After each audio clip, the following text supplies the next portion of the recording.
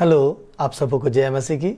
आज सुबह फिर हम आपके सामने परमेश्वर के वचन को लेकर आते हैं और परमेश्वर जो हमारा पालनहार और सृजनहार है वो हमें हमेशा छोटी छोटी सी बातों को देकर हमें शिक्षा देने का प्रयास करता है कि बेटे, बच्चे, मेरे बच्चों, मैं आज भी तुम्हें पुकारता हूँ। और हम अपनी उलझनों में पड़ जाते हैं। हम सोचते भी नहीं कि हम अभी क्या करें क्या न करें, और एक अलग ही जीवन को जीने के लिए एक अलग रास्ता को निकालते हैं। प्रयास करते हैं कि हम सब कुछ अपने वश में कर लें। और बाइबल के वचन से हम जब भी पाते हैं कि परमेश्वर हमें छोटी छोटी सी बातों से एक ऐसी शिक्षा देते हैं कि जिसे हम कर सकते हैं। बीते दिनों में हमने कई सारी बातों को सीखा है और उसी बात में हम सीखने का प्रयास करते हैं। क्या होता है कि कभी जब हम जिनके बीच में चलते फिरते हैं उनके बीच में जो है हमें कई संदेश प्राप्त होते हैं, लेकिन हम उसे नज़रअंदाज कर देते हैं। होता यूँ है कि एक परिवार था और वो परिवार में एक छोटा सा बालक था जो मुश्किल से दूसरी तीसरी या चौथी का विद्यार्थी था होगा। और उसके पापा उसका हमेशा ख्याल करते थे। एक दिन हुआ ये कि उसके पापा ऑफिस के काम को घर में कर रहे थे, बहुत ज़रूरी काम को निपटा रहे थे, और वो बेटा पढ़ाई कर रहा था। लेकिन वो हर थोड़ी देर में उससे पूछने आता है, पापा ये बताइए। वो बहुत डिस्टर्ब हो रहा था क्योंकि हर बार बच्चे तो अपने घर वाले के पास, अपने पापा के पास, अपनी मम्मा के पास पूछने आ ही जाते हैं। तो पापा ने विचार किया क्यों न इसे ऐसा काम दे दिया जाए जिसमें व्यस्त हो रहे और मैं तब तक अपने काम को निपटा लूँ। और अपने काम को निपटाने के लिए जब उन्होंने क्या किया, वहाँ पे रखी एक, इधर उधर देखा, उन्होंने देखा कि एक बुक रखी हुई है, पुरानी बुक। उसमें उन्होंने एक नक्शा देखा, वर्ल्ड का नक्शा देखा। तो क्या किया, वो वर्ल्ड के नक्शे को उसमें से फाड़ कर उसको कैंची से कई टुकड़े कर दिए, कई टुकड़े करके उसको दे दिए। बोले, बेटा ये वर्ल्ड का मैप है, अब इसको तुम सॉल्व करो, इसको तुम ये सारी चीज़ें लो और इसके जोड़ के मेरे को वापस इसमें वर्ल्ड का नक्शा फिर से बना दो। बेटा बड़ा खुश हुआ और लेके चला गया। और फिर पापा अपने काम में लग गए कि मैं क्यों ना जल्दी से अपने काम को निपटा लेता हूँ, अब मैं फ्री हूँ। ये बच्चा कम से कम इस काम को करने के लिए तो 1-1.5 घंटा का वक्त तो काफ़ी है, उतना समय तो वो, उतने समय से पहले वो मेरे पास नहीं आएगा। और होता यूँ है कि वो बच्चा जो है 10 मिनट में आ जाता है, और 10 मिनट में आकर अपने पापा से बोलता है, पापा मैंने सॉल्व कर लिया, मैंने बना लिया। पापा देखते हैं, दिखाओ, और वाकई में वो मैप तैयार हो जाता है। पापा आश्चर्य कि 10 मिनट में कैसे इस चीज़ को बना लिया, मैंने इसको छोटे छोटे टुकड़ों में बांटा था और ये 10 मिनट में बना लिया। तो पापा ने बेटे से पूछा कि बेटा तुमने ये किया कैसे, ये तुमने इतनी जल्दी किया कैसे? बोलता, पापा इजी है। कैसे इजी है? इसके पीछे कार्टून बना था, मैंने कार्टून को जोड़ दिया और जल्दी से बन गया। तो इसके बीच में हमको क्या शिक्षा मिलती है? हमको यह शिक्षा मिलती है कि हम जो अपनी समस्या को सामने से देखते होते हैं उसका हम दूसरा मार्ग को नहीं देख पाते हैं, दूसरा रास्ता हम नहीं देख पाते हैं, और दूसरा रास्ता नहीं देख पाने के कारण हमें उस बात को कठिनाई समझ में आती है। और वो बेटे ने क्या किया, उसने अपने आवश्यकता के हिसाब से अपनी चीज़ को देखा। उसने वर्ल्ड के मैप से उसको क्या करना, वो तो अपने कार्टून को देखा और कार्टून को जोड़ दिया। वैसे ही हमारा है, हम अपनी समस्या को देखें और हम अपनी समस्या को समझें। हम दूसरे के तरीके से अपनी समस्या का समाधान करने जाएंगे तो कभी भी सफल नहीं होंगे, और सफल होंगे भी तो काफ़ी वक्त लग जाएगा, तब तक हमारा समय बीत गया होगा। तो इससे अच्छा है कि हम अपनी समस्या को अपने नज़र से देखने का प्रयास करें। पिता ने जो काम दिया था बेटे ने उसे अपने तरीके से किया। वैसे ही हमारा जीवन है, हमें काम जो मिला है हमें अपने तरीके से करना होगा। हमें सबको देखकर उसी दिशा में काम करने से हमारा काम नहीं बनता। याद रखिए कि जितने लोगों ने इस दुनिया में आविष्कार किए हैं, जितने लोगों ने इस दुनिया में एक अलग चीज़, अलग पहचान बनाया है, वे लोग अपने नज़रिए से देखे हैं दुनिया को। उन्होंने अपनी आवश्यकता को देखा, अपने नज़रिए से देखा, और वे लोग सफल हो गए। तो क्यों ना हम भी सफलता की ओर चलें, और इतनी खूबसूरत कहानी के साथ हम सफलता की ओर जा सकते हैं। सफलता के लिए परमेश्वर हमसे क्या कहते हैं? सफलता के लिए परमेश्वर क्या कहते हैं? हम अपने जीवन में, हमारा लक्ष्य सफल होना, परमेश्वर के पास निकटता में जाना और अपने जीवन को सुरक्षित करना है। आइए हम इस वचन को देख लेते हैं कि परमेश्वर हमें सफलता के लिए क्या कहते हैं। दूसरा इतिहास, बाइबल से दूसरा इतिहास, उसका 7वां अध्याय, उसको हम सबसे पहले 14वां पद को पढ़ते हैं। वहाँ परमेश्वर कहते हैं, यदि मेरी प्रजा के लोग जो मेरे कहलाते हैं दीन होकर प्रार्थना करें और मेरे दर्शन के खोजी होकर अपनी बुरी चाल से फिरें, तो मैं स्वर्ग में से सुनकर उनका पाप क्षमा करूंगा। याद रखिए, परमेश्वर की आज्ञा क्या है? यदि मेरी प्रजा के लोग जो मेरे कहलाते हैं, हम जो उसके कहलाते हैं, हम वो व्यक्ति जो उस परमेश्वर पर विश्वास करते हैं, उस परमेश्वर के पास खड़े होते हैं, वो परमेश्वर के अवश्य कहलाते हैं। जो परमेश्वर के पास आना चाहता है, जो उस परमेश्वर को पाना चाहता है, जो उस परमेश्वर से अपने जीवन को उद्धार में पाना चाहता है, परमेश्वर उनके लिए कहते हैं, यदि मेरी प्रजा के लोग जो मेरे कहलाते हैं दीन होकर प्रार्थना करें और मेरे दर्शन के खोजी होकर अपनी बुरी चाल से फिरें। परमेश्वर के दर्शन की खोजी होना है और बुरी चाल से फिरना है, तो मैं स्वर्ग में से सुनकर उनका पाप क्षमा करूंगा। मतलब दर्शन की खोजी, जो संसार देखता है और जिस संसार से हम देखते हैं, वो पजल्स को सॉल्व करने के लिए, वो वर्ल्ड का नक्शा को सॉल्व करने के लिए उस बालक ने उसको नहीं देखा। उसको जो देखना था वो देखा। वैसे ही हम अगर परमेश्वर को देखना चाहते हैं, हम परमेश्वर से मिलना चाहते हैं, हम परमेश्वर से बातें करना चाहते हैं, हमारा जीवन हम बदलना चाहते हैं, तो परमेश्वर की आज्ञा क्या है कि दर्शन के खोजी हो जाओ, बुरी चाल से फिर जाओ और प्रार्थना करो। प्रार्थना करना है, दर्शन के खोजी होना है और अपनी बुरी चाल से फिर जाना है। फिर सफलता तो हमारे हाथ में है, क्योंकि उसके बाद जब हम उस स्थान से प्रार्थना करेंगे, तब परमेश्वर की आज्ञा यह कहती 15 में, अब से जो प्रार्थना इस स्थान में की जाएगी उस पर मेरी आंखें खुली और मेरे कान लगे रहेंगे। उसके बाद हम जिस स्थान पर बैठे क्यों ना हो, हम जिस स्थान पर क्यों ना रहें, परमेश्वर वादा करता है, क्या वादा करता है कि अब मैं इस भवन को अपनाया और पवित्र किया है कि मेरा नाम सदा के लिए इसमें बना रहे। मेरी आंखें और मेरा मन दोनों नित्य यहीं लगे रहेंगे। अब से जो प्रार्थना इस स्थान में की जाएगी उस पर मेरी आंखें खुली और मेरे कान लगे रहेंगे।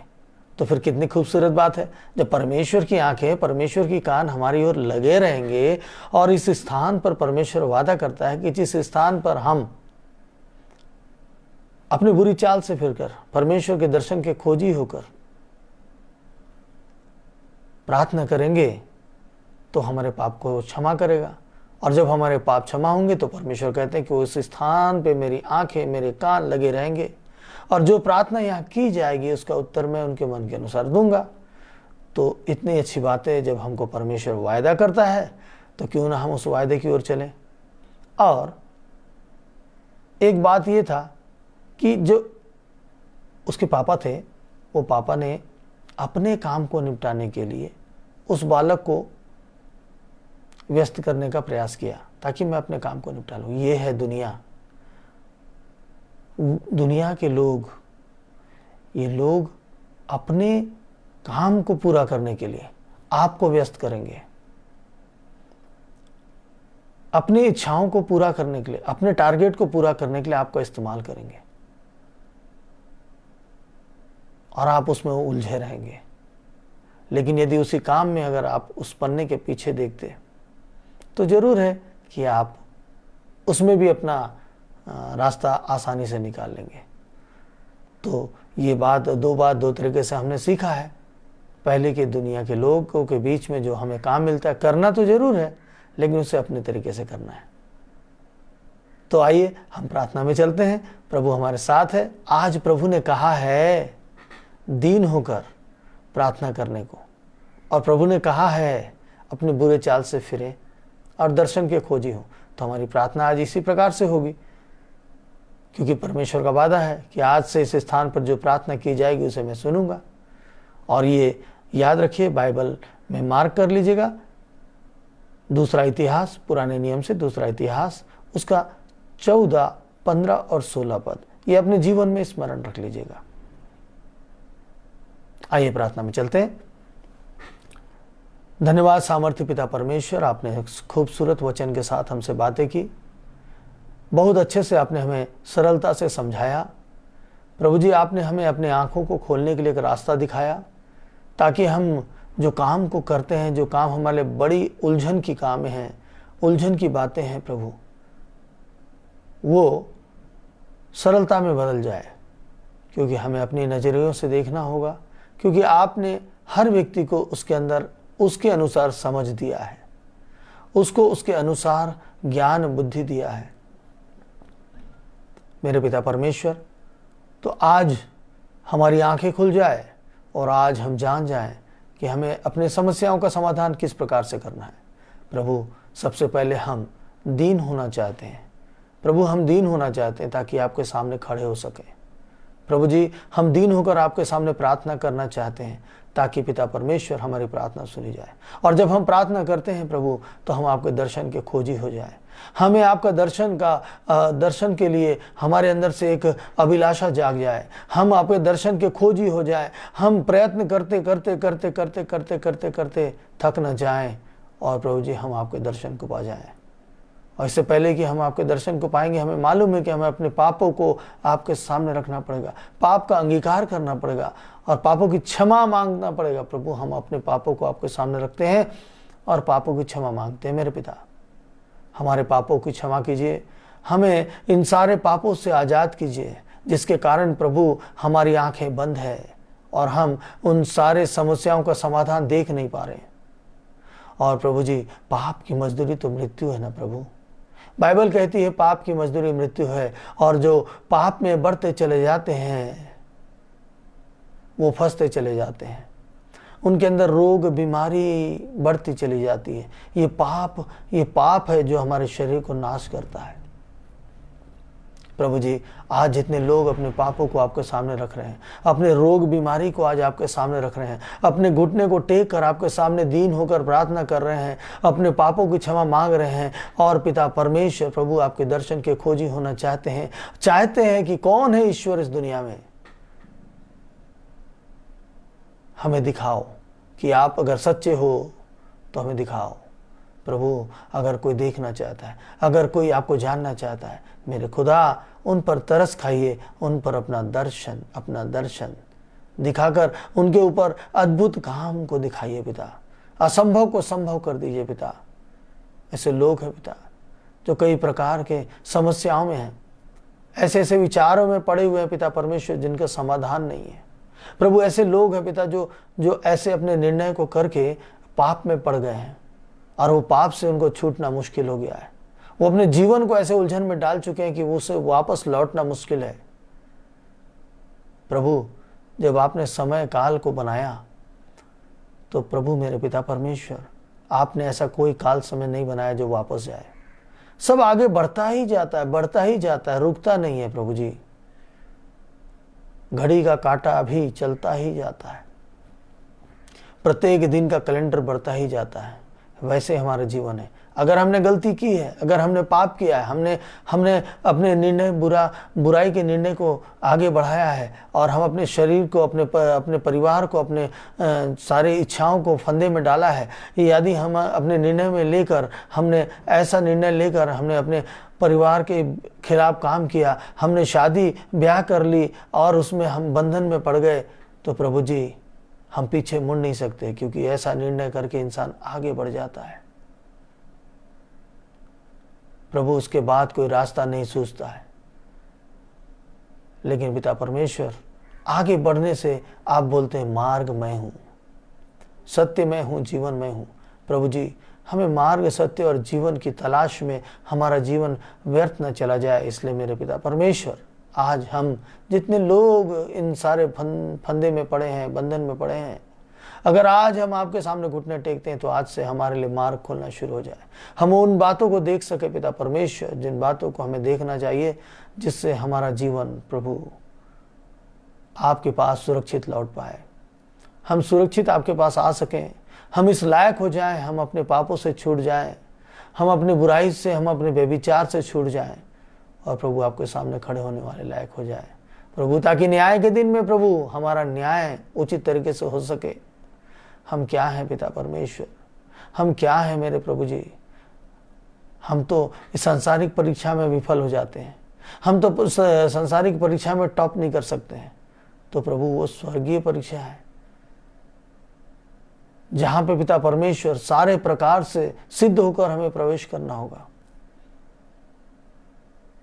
इसलिए मेरे पिता परमेश्वर, जब तक आपकी आपकी आपकी इच्छा हम पर ना बरसे, आपकी इच्छा को हम ना समझ सकें, आपकी आज्ञा का हम पालन ना कर सकें, तो पिता परमेश्वर हम आपकी दया, आपका प्रेम को हम नहीं पा पाएंगे। और जब तक आपकी प्रेम, आपकी दया हमारे ऊपर नहीं उतरेगी, तो मेरे पिता परमेश्वर हम उस स्वर्गीय स्थान के लिए तैयार ही नहीं हो पाएंगे।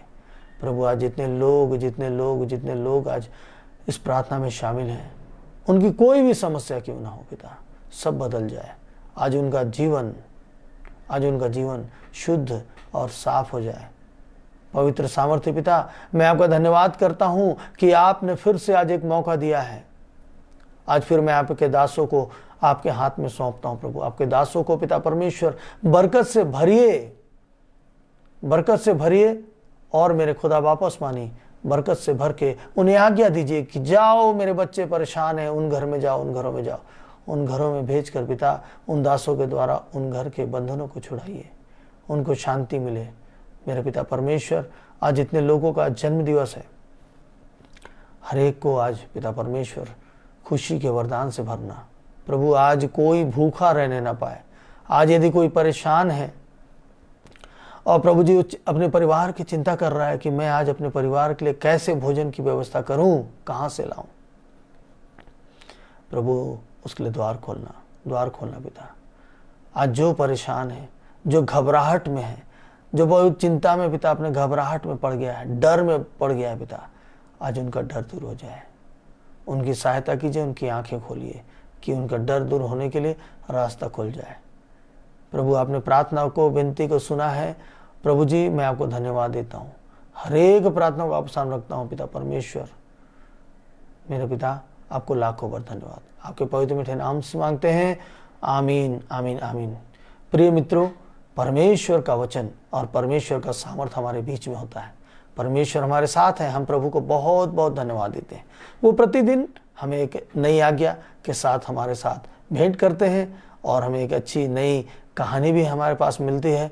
और ये सारी बातें हमको हमारे जीवन के अच्छे दिनों के लिए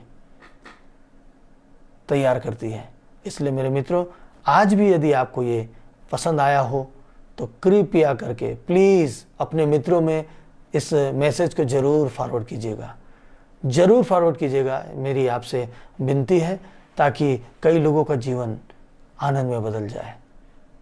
प्रभु आप सबको आशीष दे और आज का दिन आपके लिए बहुत खुशियों को लेकर आए।